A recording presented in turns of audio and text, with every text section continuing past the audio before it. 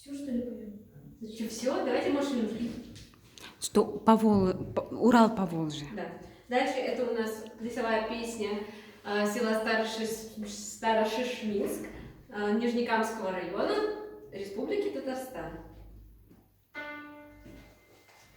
Были бы машинушки, были бы паровые, у меня бы на дворе.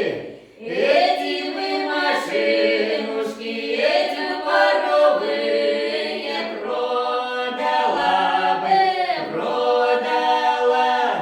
За эти бы гроши, за эти хороши музыканты наняла. Музыканты мои, заиграйте ко мне коваля, ты коваля.